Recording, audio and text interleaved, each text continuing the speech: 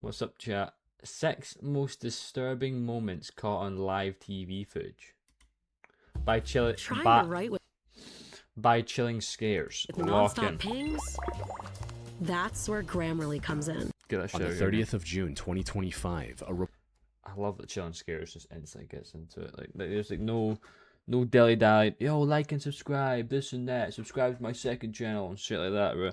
Instantly, like that, bro. It's wise. It's good. reporter named Leniel like do Frazão went live from the Miriam River in Brazil to cover a tragic incident that happened there just a day earlier. In the early hours of June 29, a group of teenagers had decided to go for a swim in the river. Unfortunately, they underestimated its depth, resulting in the disappearance of 13-year-old Raíssa Fernandes. Seconds after It entering looks like it was flooded there. I don't know if that's just me, but it looked like it was flooded as shit there. the water, her friends watched her dip beneath the surface. That doesn't look normal. I don't know. That doesn't look normal. It just looks like it's flooded. And that was the last time anyone Is that a telephone pole? It might actually be flooded. saw her alive. Divers looked for her underwater, while rescuers scoured the riverbank, hoping she might have washed ashore somewhere. But even after hours of searching, Raíssa was nowhere to be found. Leniel do intended Yeah, to be fair, I mean, you see how murky that shit is. See how murky that fucking water is. You're not finding Jack in there. You could probably barely see the people around you. You're not finding Jack in there, bro.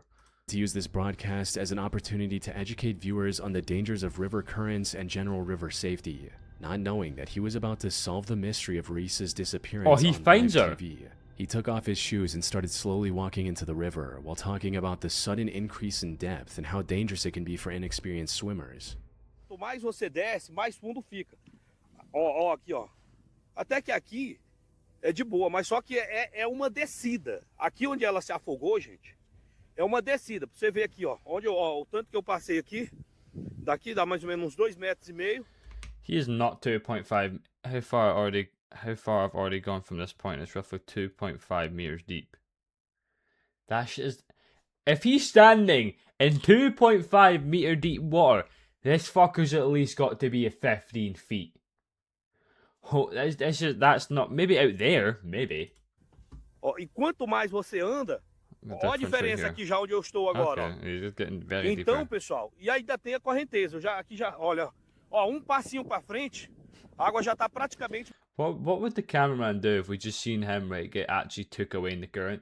Like, see you stand like normal. What if it just increased by like tenfold and he just got taken away? What does the cameraman do in that situation? Because I feel like if you jump in, it'd be stupid. You'd get taken away and no, you'd have to phone someone, surely, or just run down the Então, o riverbank risco with him. aqui What's practically cover me so? é muito grande, é muito grande. However, nothing could have prepared him for what he was about to encounter just seconds later. Ó a fundura aqui, ó. Ui.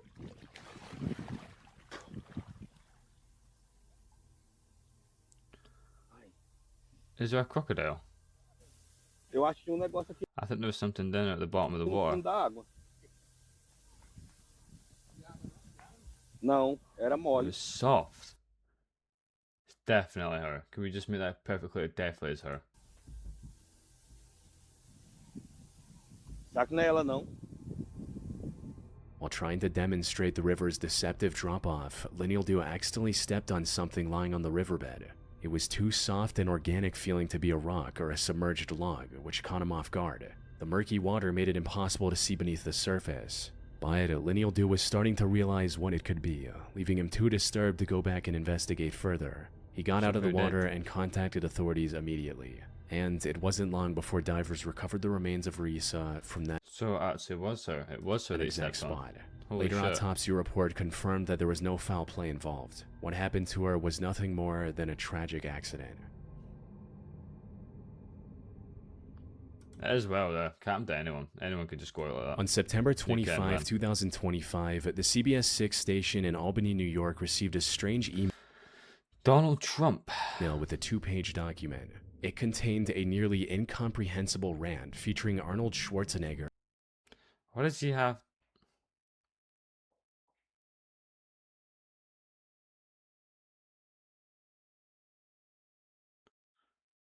What does he have to do with anything?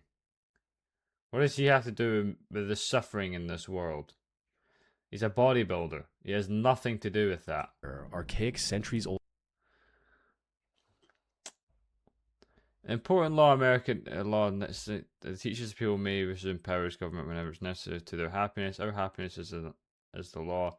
The law is best for the community, and it's best for the community to have our government hands on domestic enemies. Laws and a proposal to create a board of trustees with prosecutorial immunity. However, the most important aspect of this document wasn't its content. The most important thing about this document is this fucking guy's haircut. It's evidently clear. Instead, the reason it stood out among the hundreds of emails the channel received every day was its author, 53-year-old Lawrence Krauss. Never mind, I take that back. This guy's haircut's definitely better. Sorry, no. The other guy's haircut was definitely better. I think we need to take a step back, and I think he needs to worry about his haircut. He's worried about having hair. Never mind the haircut. This guy needs to work on getting hair. Who also included a selfie alongside the document. Don't tell me that was the selfie. Do not tell me that was the selfie. I swear down. Don't say that was the selfie. It was a big, massive document about politicians, and it's just a selfie next to it. It's him like that.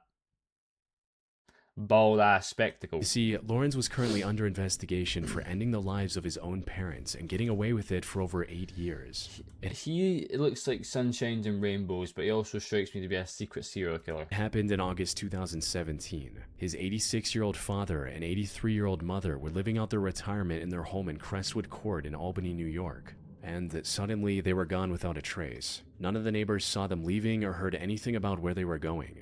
Their house was also left abandoned, with Lawrence only visiting it occasionally to collect mail, mow the lawn, and clear the snow. When asked about his parents, he claimed that they had moved back to Germany and won't be coming back. The neighbors had no reason to distrust Lawrence, so no one questioned their absence, and life went on as usual. A distant... But I feel that would have so much holes in the story. All the police would have to do is check for flights. The flight log. That's all police would have to do, and they would just see that his name's not there. Relative even requested a welfare check in 2020. But the neighbors repeated the same explanation Lawrence had given, ending the officer's questioning without any further suspicion. Oh yeah, but they could just easily check the logs, could they not? Or was that like, is that not a thing they can do? I think they'd be able to check that dead easy to track and see if they've left the country. It wasn't until mid-2025 that the Albany police became aware of something shady going on with the Krauss family. Someone had been collecting Lawrence's parents' social security payments, even though the two hadn't been seen in years. This resulted in the police launching a formal investigation, and after months, finally executing a search warrant at the Krauss home on September 23rd. Let's go back, what? Payments going on with the Krauss family. Someone had been collecting Lawrence's parents' social security payments, so somebody's nicking their money. Even though the two hadn't been even though they're fucking not even there in years. This resulted in the police launching a formal investigation, and after months, finally executing a search warrant at the Krauss home on September 23rd. Over the next 48 hours, detectives collected thousands of financial documents and other evidence. More importantly, they discovered the remains of Lawrence's parents buried in the backyard. So, can we not, like, kind of thingy that this guy says they went to Germany? That he has to be the number one suspect, considering he was the one that lied? Lawrence likely knew that he was the prime suspect in this case, but instead of turning himself in or trying to run away, he made the unusual decision of sending this document to the local news network alongside his contact information. One of the directors at CBS 6 was familiar with the Krauss case and immediately jumped at the opportunity to interview Lawrence. After giving him a call, Lawrence claimed that he was willing That is Lawrence, okay.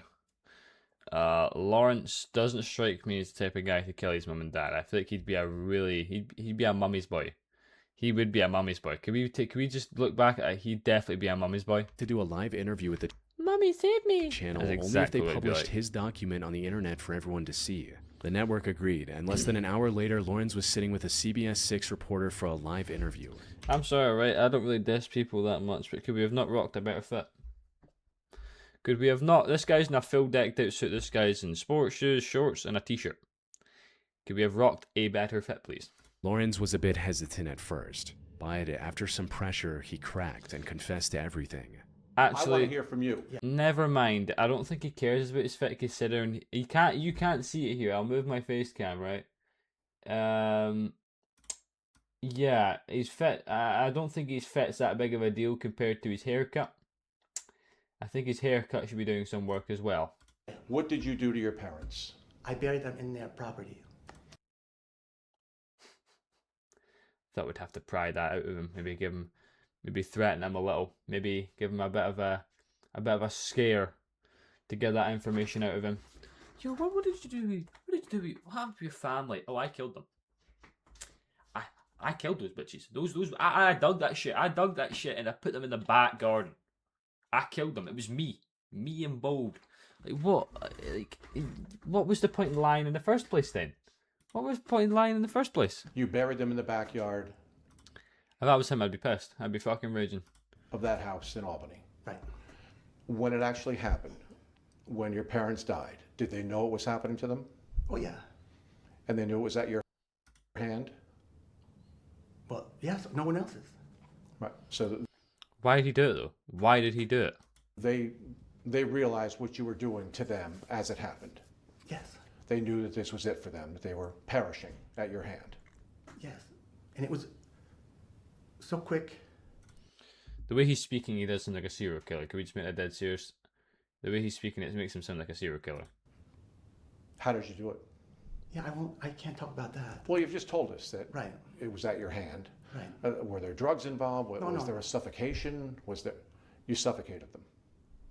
You Suffocate suffocated how? your parents. What made this confession so disturbing, however, was the way He just came out and said it. That's what makes it disturbing. Lorenz tried to portray it as something righteous. His argument essentially boiled down to, my parents were suffering from old age, so I did them a favor. Even though the neighbors killed them. described the couple as elderly, they were by I don't know. Say that's not like a favor. I would come out with. I don't think that's a favor in my books.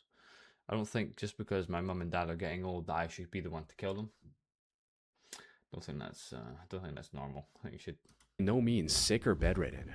They had normal routines where they tended to their garden, shared mint leaves with neighbors' kids, and listened to Polish music every day. Their lives weren't nearly as Was that last one really necessary? What's up with the Polish? What was Polish music for? miserable as Lorenz tried Is that why he's Polish? He's part Polish. He does look a bit Polish, like. to portray during this interview. Can't see him 'cause my face Now, cam, it's but- unclear if he's severely mentally ill and genuinely believed everything he was He saying, looks Polish. or if this interview was his way of trying to paint himself as the concerned son to earn the public's favor before his inevitable arrest. In I don't either think- case, he had no way of escaping I don't think that would work. the consequences of his heartless actions. He was arrested immediately after walking out of the network's building and is currently awaiting trial for the death of his parents. He's waiting trial. Are we dead fucking serious? When was this again? This was a good couple of years ago. On the night of This was 2017, was it not? That fucker has been waiting a while. October 28, 2023, the Utilita Arena in Sheffield, England was packed with over 8,000 spectators. They were there to watch the ice hockey match between the Nottingham Panthers and the Sheffield Steelers. The whole thing was also being Wait, it's broadcast just live Sheffield. on TV for Wasn't it? fans and the 2023, the Utilita Arena in Sheffield, England was packed with Okay, over it is in England. 8,000 spectators. They were there to watch the ice hockey match between the Nottingham Panthers and the Sheffield Steelers. The whole thing was also being broadcast live on TV. I actually have a pal that plays ice hockey, and he's the goalie. He's the goalie, so he talks about it a lot. He's actually pretty good at it. He's pretty for good. fans across the world. And the match started off completely normal. The first period And he has done a couple of hitting and swinging, like he ended has. without either team scoring a point. About 35 minutes later, the score was 4-2 in favor of the Sheffield Steelers. The Panthers needed to score soon if they wanted to make a comeback. So, one of their more renowned players, Adam Johnson, got a hold of the puck and started pushing into the Steelers' defensive zone.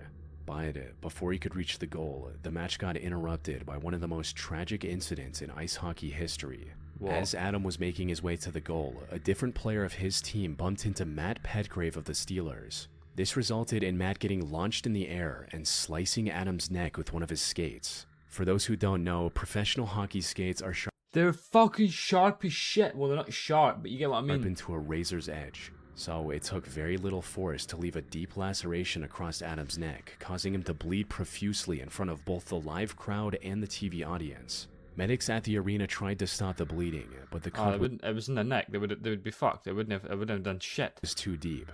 He had already lost a lot of blood on the ice. Adam was then rushed to a nearby hospital. Unfortunately, He's not making it. If you get sliced in the neck, you're fucked. Genuinely hard fucked. despite going into surgery as quickly as possible, Adam couldn't survive the injury and passed away. It's solely because of the amount of blood in your brain. See, like, obviously all the blood goes up. It goes, obviously there's so much veins and everything goes up to your brain, right? all like so much blood, so it's everything's like here. See, like here and that, it doesn't really matter because it's gonna spread out and it's a lot tougher here. See this? It's weak. It's weak as shit, especially to a razor thing. And there's a massive. I'm sure there's a couple massive veins that are just in here. It just, if you sliced it, it just. Way just hours later, Matt was arrested shortly after on suspicion that he had cut Adam on purpose. However, No. That's stupid. Investigators found no foul play in Adam's death and ultimately ruled it a tragic That was 2023. How did I not hear about that? accident.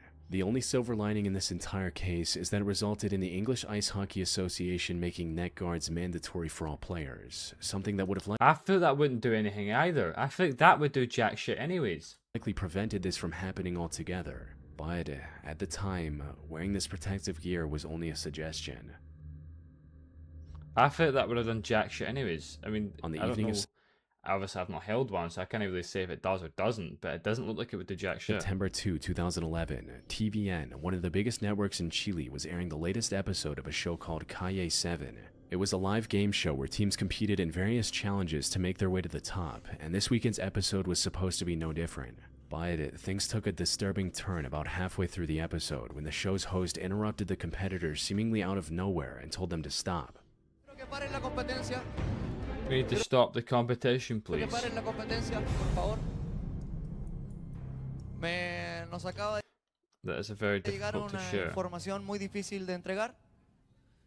No, We don't want to say anything before thoroughly checking no habíamos what was querido decir happening. nada antes de chequear bien lo que estaba sucediendo porque compromete Because it involves people from the channel, people a who we personajes del care canal, deeply a about. personas muy queridas, a un equipo A team from the channel, including Philip and Bruce. del canal, entre Bruce. ellos Felipe Camiroaga y Bruce, Roberto Bruce, que también estaba Who was on a flight to en aquel vuelo a la isla de Juan Fernández, según tengo entendido. Esa información que nos está llegando en este momento. El Ministerio de Defensa informó esta tarde, el presidente de la República, que un equipo de TVN iba al borde de una nave de la Fuerza Aérea de Chile que capotó en el archipiélago de Juan Fernández.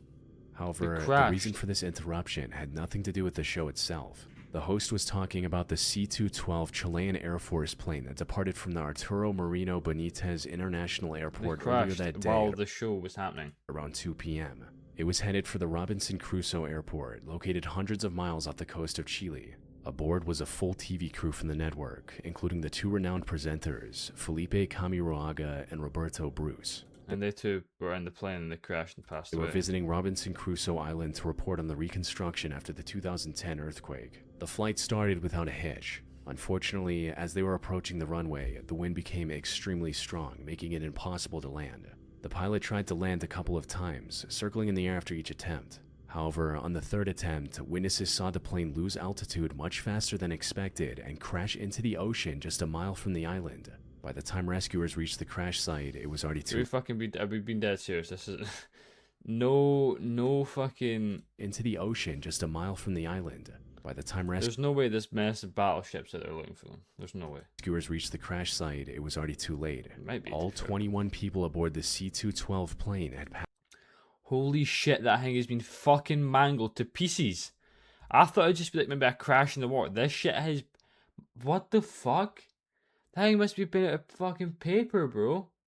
That shit's mangled to pieces. away. But while investigators initially believed that all of those deaths were due to the impact of the crash, the reality turned out to be far darker. As they were searching the wreckage, they found footage that one of the cameramen took of the interior shortly before the crash. The footage showed the passengers strapped into their seats, completely unaware of their fate.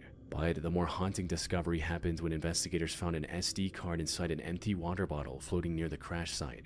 This card Somebody slipped it in there somehow. Somehow somebody's fucking done that. Don't know how they've done it, but they've done it. contained hundreds of images. However, analysis of these images showed that 2 of them were taken after the crash, including one of the plane's windows covered in water. These images put the crash into a whole new perspective. They showed that several passengers, including the cameraman who took these photos and preserved the SD card in the bottle, likely survived the initial crash. Sadly, they were trapped inside a rapidly sinking plane with no And they probably did drown. They probably way did. out, forced to watch their aircraft fill up with water until there was no air left to breathe. I thought it'd be like someone fucking went on the board and. Niagara Falls is widely regarded as Oh, Niagara Falls is beautiful. one of the world's most breathtaking How tall actually is it again? natural wonders. However, while the surface is undeniably beautiful, the depths beneath the falls hide the disturbing history of many who lost their lives to the currents. Oh yeah, Once it'd be fucking. If you jump in that river, you would be fucked. There's no chance you're swimming against that. There's no chance you're surviving that fall. There's no chance of anything. such incident was captured live on Ow, TV fuck, on ow, May fuck. 30, My 1995, when reporter Phil Kavitz was hosting a section about real I think I've estate seen in about front of this. the falls. Suddenly, in the background, the camera captured Oh, a man never caught mind. Like why? What was he doing? What was he doing? in the current behind Phil. The rushing water carried him to the edge of the falls before throwing him over the 170-foot drop. 170, And while a that's the lucky height. few have survived the fall from the Niagara Falls, Actually. he wasn't one of them. The Okay, treacherous never terrain under the falls also made it difficult to retrieve his remains. Once recovered, investigators identified the man as 56-year-old Robert Ahrens and concluded that the act was deliberate. However, I was gonna say. Robert I was gonna say that had to have been some sort of like suicide thing. I mean, it would have to have been. There's no way. There's no way he's gotten that close and just accidentally slipped was only in. one of the 5,000 bodies that have been recovered from the foot of the falls in the last 175 years. Is it 500? 500. Many of these 5,000 deaths were intentional, but there were a lot that weren't. Why is that just like all snow?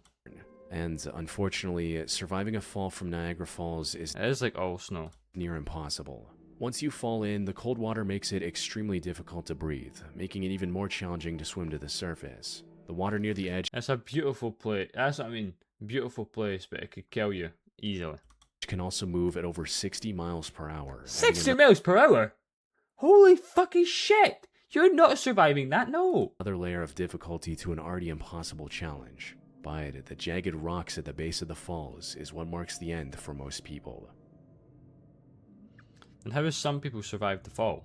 On the 23rd of August, They probably have survived the fall. It's probably just a bunch of fucking just broken bones. 2010, at around 10 a.m., 21 tourists from Hong Kong returned to their tour bus after visiting the historic Fort Santiago in Manila, Philippines. They were also accompanied by 3 Filipino tour guides, and the trip had been going fantastic so far. But just as they were about to set out to the next location, they got interrupted by a middle-aged man in a police uniform.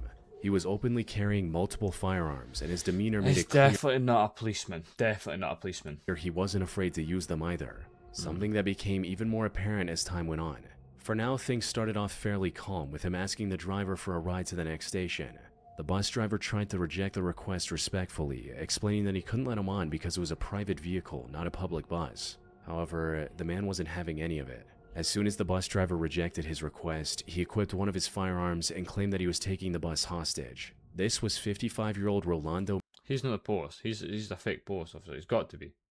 Well, he will be. He will be. Mendoza, a police officer with nearly 30 years of service. Never fucking mind. What the fuck is this guy doing? This guy, he's been in the police for 30 years. 30 years, and the guy just goes, nah, I'm gonna fuck it over. Hold on, chat. I'm clearing my fucking monitor because this shit's like dirty as shit, man.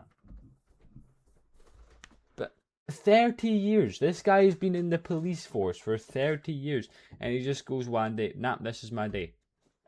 This is my day. I'm going to take everything. And I'm just gonna go on a fucking rampage with firearms. But he'd recently been What thought process would he have to go through for that? He'd have to actually wake up. He would have had to, this is planned. He would have been thinking about this for fucking days and weeks on end. Would have had to have been. There's no way it hasn't.